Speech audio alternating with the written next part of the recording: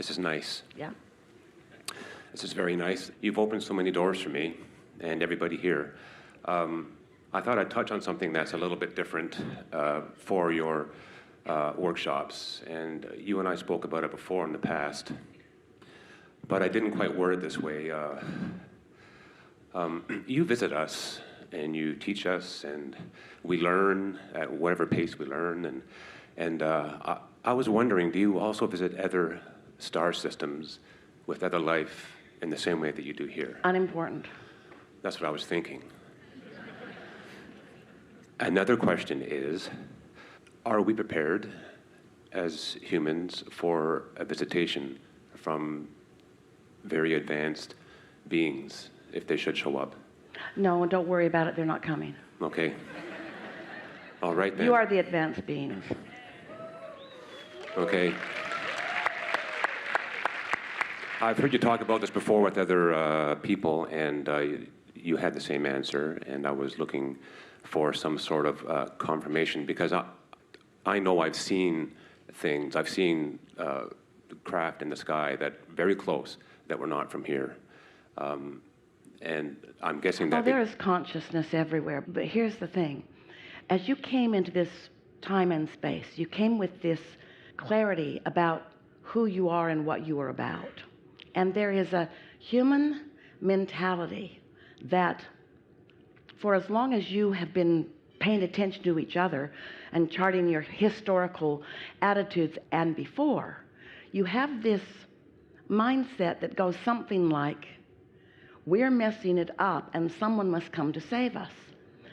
And so often it's interpreted through some religious being, and sometimes you get even more practical. You have to understand that everything that you see around you is an interpretation of vibration. And so there are a lot of realities that are being experienced by a lot of you, depending upon what your mindset is. But when you go to the absolute basis of who you are, and you accept the pure positive energy being that you are, and the perfection of who you are, who is always expanding, then you have to, once you know that, let go of that vulnerable personality who is always looking for someone to save you. And once you get that basis laid, then you can become the pure positive energy being that you are, living life and asking for what's next by virtue of what you're living, with a full expectation of whatever it is flowing to you in a logical way that you can accept, you see. And so there's a lot of what some humans call fantasy. We're not calling any of it fantasy, because whatever you can conjure can become some form of reality. We just want you to know who you really are and be who you really are, and approach this life experience from who you really are. And stop trying to put whatever's happening to you off on someone else. Be the creator of your own reality. You will never find satisfaction living life any other way. You will never find satisfaction by saying, well, we all need help and someone is coming to help us. You are the creator of your own reality. You have all kinds of ideas that flow to you, and there's lots of co-creative stuff that is going on. And if you really want to nitpick, you can't even identify, and we could not explain in a reasonable way, where we come from. Because we're not from some other galaxy, we are consciousness. And if a human needs to pinpoint where we're from, or else we are not validated in our offering to you, then we would never be validated, because we can never identify a place in the galaxy from which this consciousness is flowing. You see what we're getting at? In the entire universe, you're everywhere. And so it's so much more validating for you to quiet your mind as often as you can and tune into who you really are, and live the important life that you live, not looking at your life as insignificant while there are other important things going on around there somewhere out there. And let the source energy, who is in love with you and knowing everything about you, offer impulses to you until you understand that it doesn't get bigger than you and your inner being and everything that your inner being is connected with. There's nothing bigger in all of the universe than your connection to your source energy. And there's nothing more important in all of the universe than you letting your life help form a desire within you, and you keeping your eye on that desire while you tend to your energy and watch those vibrations turn to things. Nothing is more important than that. Yes, that's one thing I wanted to also ask was, I'm interested in so many things. I have a lot of interest. I have a lot of desire. It's just, I can feel it just welling up inside me. I was hoping you could help me focus into what my purpose is, how I can help expansion. Well, the answer to that question, you aren't going to like the way we give it to you necessarily. But the answer to that question is, what's ringing your bells the loudest right now is the answer to that question. And that may change and it may evolve. Sometimes following a thought process on one interest is the path to the opening of another and another and another and another. But whatever is calling you, it's not just what's calling you, it's what you're most ready to hear. And as humans, you want to say, well, I don't want it to be like that. I want the most important thing to call me, and never mind what I'm ready to hear. And we say, you can't leave that part out of the equation, nor should you, or should you feel bad about needing to let the path of least resistance take you here and there and here and there and here and there until you get to where you're wanting to be. There is this perfect unfolding, a perfect unfolding for you. And when we say perfect, we're not just making up that word to make you feel better about yourself. It's a perfect unfolding for you. Because in the path that you may think is not the most direct route, there is insight and attraction that will give you more satisfaction. But humans want to diminish the satisfaction factor. Never mind, don't give me the most satisfying route to where I want to be. Give me the most direct route or the most important route or the route that will get me the most accolade. And we say, it never works like that. Your inner being is always leading you to the whole of what you want. And your intentions are really varied. You are an uplifter and intend to always be that. But you are selfishly interested in having satisfying moment after satisfying moment. And so many humans don't allow themselves to satisfy their own quest for satisfaction.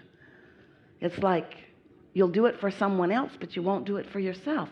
And until you have come to a place where you understand what satisfaction is, and that satisfaction only comes from having a desire and moving in the direction of it, then you realize that all of this stuff that humans do, as they take all the piles of manifestation and sort them into piles and evaluate them right and wrong and good and bad and yours and mine, and then argue with each other about what piles are most to advantage and most valuable and so forth, there are only two piles. And those piles are those who are in this moment under the influence of Source and those who are in this moment not under the influence of Source. And those move around a great deal too. Sometimes you're under the influence of Source and sometimes you're not.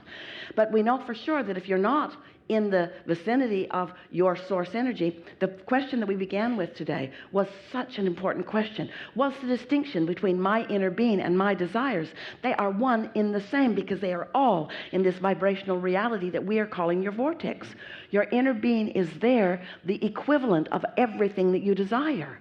So when you sync up by feeling your way to what feels best to you, then you're in sync with the whole of you. And when you're in sync with the whole of you, that's the most satisfying experience that you could ever live in any moment in time, you see. Oh, the feeling of me being in sync with me. There's nothing more satisfying than that.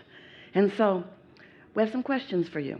Yeah. Do you believe that through your life experience, with whatever you were living, whenever you were living it, that through the sifting and sorting of life as it came at you, that you were launching clear preferences and intentions and desires? Mm-hmm. Yes. And do you believe that you were consciously aware of all of them as they were happening within you? Hardly any of them. You weren't consciously aware of hardly any of them. You were more aware of what you didn't want than of what you did want. And so off they go. Now, in the variety of all of them, since they've been received by the thinker that is your inner being, the focuser who is your inner being, the focuser who law of attraction is responding to, who is your inner being, can you sort of get a glimpse of the melding of your desires and the way they all perfectly fit together?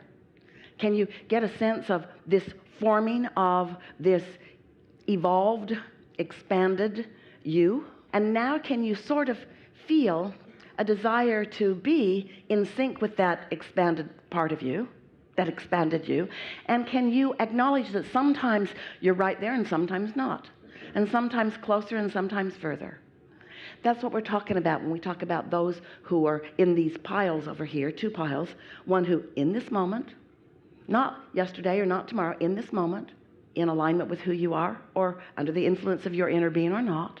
So if you're under the influence of your inner being, and you get an impulse to leave your cabin and go somewhere and you have a conversation, when you're under the influence of who you really are, you have information coming to you from someone who understands everything about you, who knows where you stand in your physical form, in your physical manifestation, in relationship to everything that's in your vortex, who is already a cooperative component, who law of attraction has already gathered everything, and all you got to do is stop criticizing yourself or worrying about something. All you got to do is be in that place of allowing, in that receptive mode, and willing to trust the process and follow the impulse as it comes. Yes, I am pretty good at worrying and doing things for other people, not for myself. Well, you've learned that from other humans around you. You're doing fine. You're doing fine. You're figuring it out as you go. But there's another way of looking at this, that once you accept the wholeness of who you are, and once you get into that awareness of what satisfaction feels like and what less than satisfaction feels like, so that you are reaching for the most satisfying thoughts, then when a solution comes to you, you feel the exhilaration of it.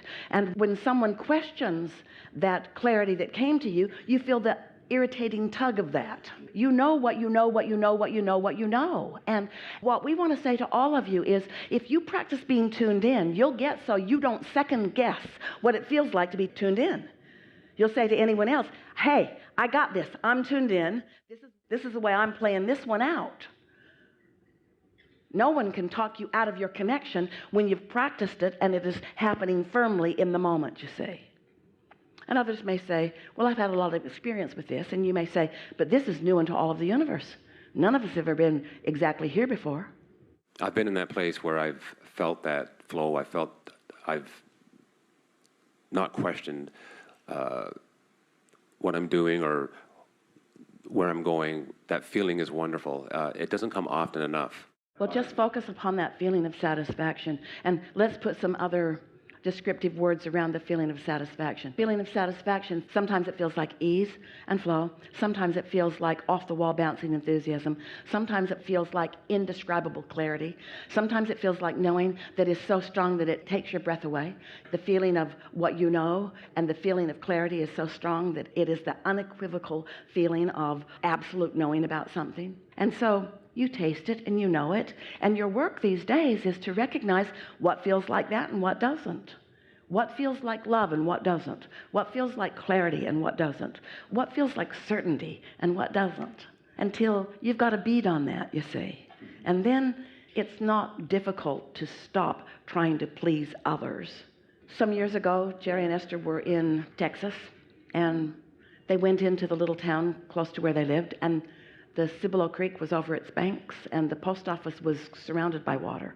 So they couldn't pick up their packages, and home they went. And Jerry said, we should call Pat and Lawrence, friends in San Antonio, who have a 1,000-acre ranch in San Antonio, and the Cibolo Creek runs right through their ranch. We should let them know that the Cibolo is over its banks here and headed for them. So Esther called Pat and said, the post office is surrounded, the creek's over its banks. And Pat said, thank you, got right off the telephone. They went to their lower pastures and removed their cattle and equipment from the pasture where the Cibolo Creek was running through. Mm-hmm. And later that day, they called and said, thank you. So nice to have a friend upstream. And that's what you have with your inner being. You have a friend upstream, someone with broader perspective, and someone who unequivocally knows every subtle nuance of who you are and what you want. Wonderful conversation. It was. Thank you.